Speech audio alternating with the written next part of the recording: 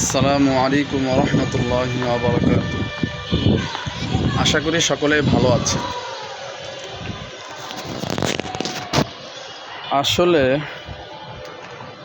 কেন যেন নিজেকে খুব অসহায় মনে হয়, বড্ড একা মনে হয় দুনিয়াতে আমি একটি খুব অন্ধকার মনে হয়। এগুলো ভেবে খুব কষ্ট লাগে। তাই ভাবলাম বসে বসে কিছু কথা আপনাদের সাথে শেয়ার করি। সেই কথাগুলো হচ্ছে, আচ্ছা, আমরা দুনিয়াতে এরকম কে আছে যে আমরা দুনিয়াতে প্রতিষ্ঠিত হতে চাই না, সফলতা অর্জন করতে চাই না? সবাই কিন্তু চাই যে আমি সফলতা অর্জন করব, আমি দুনিয়াতে প্রতিষ্ঠিত হব। এটা আমরা সকলে চাই, সকলেরই আশা।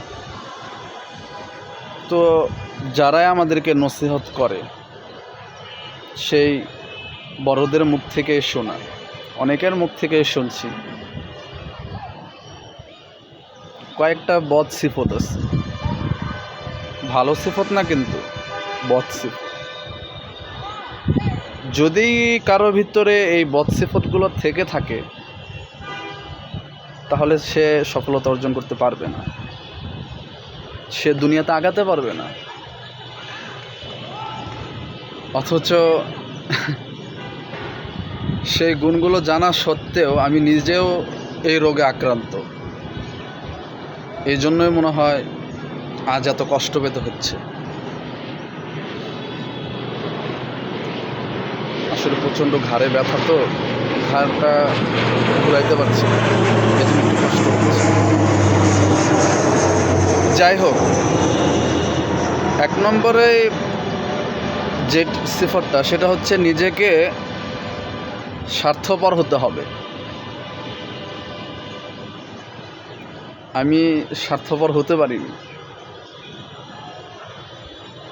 যদি আপনি স্বার্থপর না হতে পারেন, আপনি দুনিয়াতে প্রতিষ্ঠিত হতে পারবেন না, দুনিয়াতে সামনে আগাতে পারবেন না। আপনার জীবনটা এখানেই থেমে যাবে। হ্যাঁ, এটাই বাস্তব। আপনি দেখেন, যারাই প্রতিষ্ঠিত হয়েছে, সবার কথা বলবো না, তাহলে এটা অবশ্যই ভুল হবে। এরকম অনেকে আছে যারা স্বার্থপর না হয়ে কখনো বড় হতে পারেনি। নিজের ভিতর থেকে মায়া ত্যাগ করতে হবে। যখনই আপনি মায়া ত্যাগ করে স্বার্থপর হতে পারবেন, তখনই আপনি প্রতিষ্ঠিত হতে পারবেন। 2 নম্বরে যে বিষয়টা, সেটা হচ্ছে নিজের ভিতর থেকে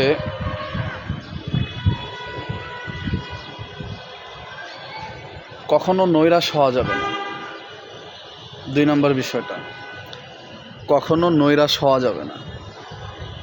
যত বিপদই আসুক, যদি আপনি নৈরাশ হন, যদি আপনি হাল ছেড়ে দেন যে না, আমাকে দিয়ে হবে না, আত্মীয় স্বজন বলেন, নিজের কাছের লোক বলেন, পাড়া প্রতিবেশী বলেন, যাকেই বলেন না কেন, মানুষ আপনাকে বলবে ওকে দিয়ে কিছু হবে না, তুই এটা পারবি না।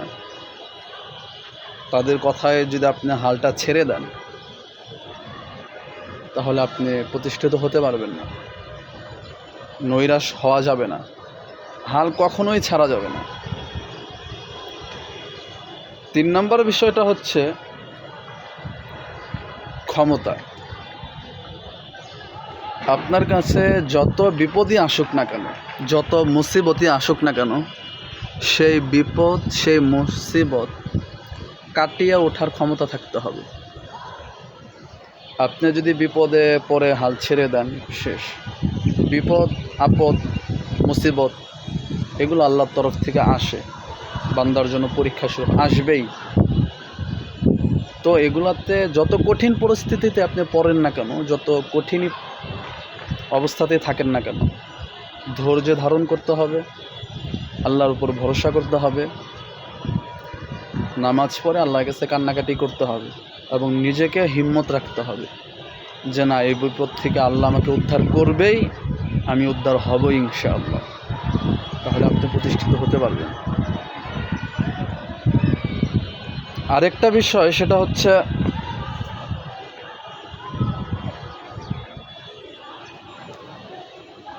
মায়া, মুহাব্বত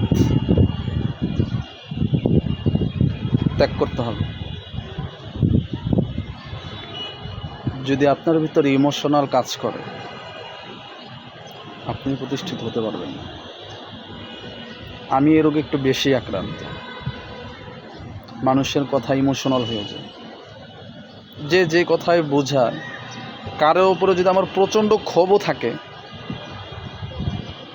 ওই আমার সাথে কথা বললে দুর্বল হয়ে যায়। এটা নিজের একটা অপারগতা, যদিও প্রকাশ করতে হয় না নিজের অপারগতা, নিজের দুর্বলতা কখনো, তারপরে আজকে আমি প্রকাশ করে দিলাম। কারণ আমি চাই আমার মতো এই রোগে আক্রান্ত যেন আর কেউ না থাকে। এখন আপনারাও দেখেন, আপনারাও এই রোগে আক্রান্ত কিনা। হ্যাঁ, এই রোগগুলো থেকে অবশ্যই বের হতে হবে। জীবনে অনেক কষ্ট পেয়েছি। ও আরেকটা কথা, অবশ্যই এটা স্বার্থপরের মধ্যেই পড়ে। অন্যের ভালো, যাক আর কথা না বাড়ায়, ভিডিওটা লম্বা হয়ে যাচ্ছে। যাই হোক, আসলে কথাগুলো আমি কতটুকু ভুল বলছি বা কতটুকু সঠিক বলছি জানি না।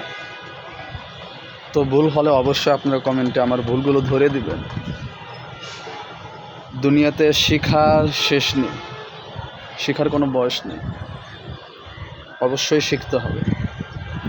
আর যদি কোনো ইম্পর্টেন্ট বিষয় থেকে থাকে যেটা হয়তো আমি জানি না বা জানি ছুটে গেছে, বলা হয়নি, সেটাও আমাকে বলে দিলেন, তাহলে আমি উপকৃত হলাম। ধন্যবাদ।